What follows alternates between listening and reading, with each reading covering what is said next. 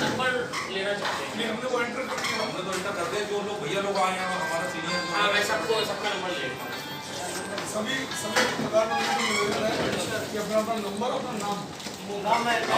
आज हम लोग यहाँ पर हमारे प्रदेश अध्यक्ष माननीय दिवाकर सिंह जी, हमारे चेयरमैन चावला साहब, संगठन मंत्री शैलेंद्र सिंह टिल्लू जी, राजेश जी, महेश जी, सारे लोग आज यहाँ इकट्ठा हुए हैं कि कोरोना की इस विभीषिका के बाद हमारे केमिस्ट समुदाय के बहुत से लोग हमसे जो बिछड़े हैं उनकी एक श्रद्धांजलि सभा है। साथ में हम लोग ये बरेली महानगर में जो केमिस्ट हमारे थोड़ा अपने से भटक चुके हैं उनको एक करने की मुहिम भी हम लोगों ने चलाया है।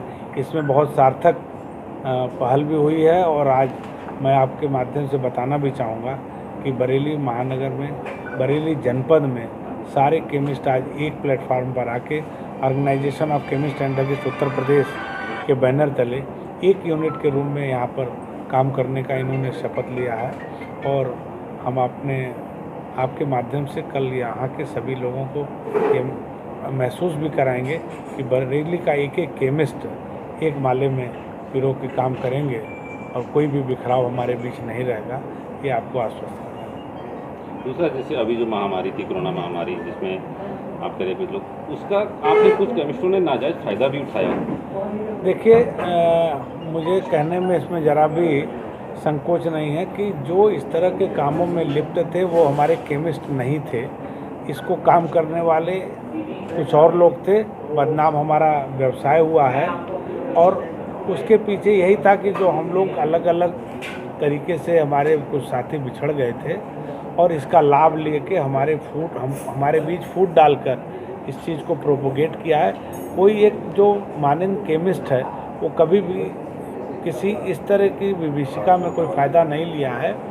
इसको करने वाले समाज विरोधी हैं और इसको हॉस्पिटल और उनके स्टाफ इसमें इसका लाभ लिए हैं। इसमें कोई भी केमिस्ट हमारा कभी भी किसी गैर कानूनी काम में लिप्त नहीं रहा। नहीं, बहुत सारी जगह मेडिकल पे जाए कि जो जिसका 10 रुपये MRP है 12 रुपये 15 रुपये में ओवर रेट बेची गई। और ऐसा कोई भी प्रमाण मैं समझता हूँ आपके पास नहीं होगा कि जो ओवर सब्सक्राइब हो। MRP से ज़्यादा बिकने का कोई सवाल ही नहीं है। ये इस बात का मैं दावे के साथ आपसे कह रहा हूँ कि कोई भी केमिस्ट, इवन मैं बरेली नहीं, मैं उत्तर प्रदेश के किसी जनपद में हम लोग पूरे प्रदेश में भ्रमण कर रहे हैं, किसी ने भी ओवर रेट नहीं बेचा। कुछ जो कोरोना में ये इंजेक्शन रेमडेसिविर और फेबीफ्लू इसमें जो इसकी शिकायत पाई गई है वो हमारे केमिस्टों के द्वारा नहीं की गई है और रेमडेसिविर इंजेक्शन की सप्लाई सिर्फ और सिर्फ हॉस्पिटलों को दी थी। इसमें स्थानीय प्रशासन पूरी तरह से इन्वॉल्व था।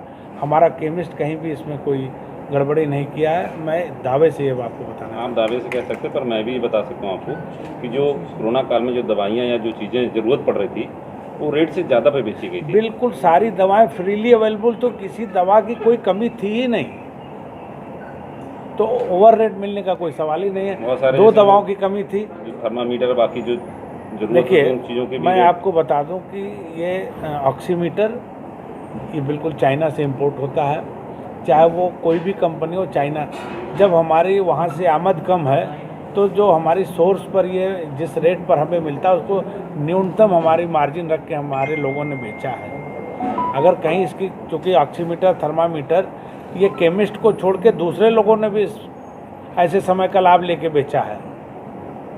तो क्या जैसे आपकी जो एसोसिएशन है, आगे कोई इस टाइप का अगर इसका नाजायज़ फ़ायदा उठाता है, कभी ओवर रेट से बेचता है, तो आपकी केमिस्ट उसके खिलाफ कोई एक्शन लेगी कभी? बिल्कुल, आज हम लोग ये पूरे प्रदेश में भ्रमण कर रहे हैं, तो इस चीज़ का मैं अपने जनपद के पदाधिकारियों से उनको इशारा भी मेरा है कि अगर ऐसे कामों में जो लिप्त हैं, आप देखिए बड़े पैमाने पर लखनऊ में, आगरा में और जगह जगह मंडियों में जो छापेमारी हो रही है, इस पर हम लोग काम कर रहे हैं कि साहब हमारा केमिस्ट अगर बदनाम होगा, इस चीज़ को हम बर्दाश्त नहीं करेंगे। हम उसका जो एट सोर्स जिस लेवल से ये गलत काम हो रहा है या नकली दवाओं का कोई अगर काम करता है, ऐसे लोगों को हम लोग चिन्हित कर रहे हैं।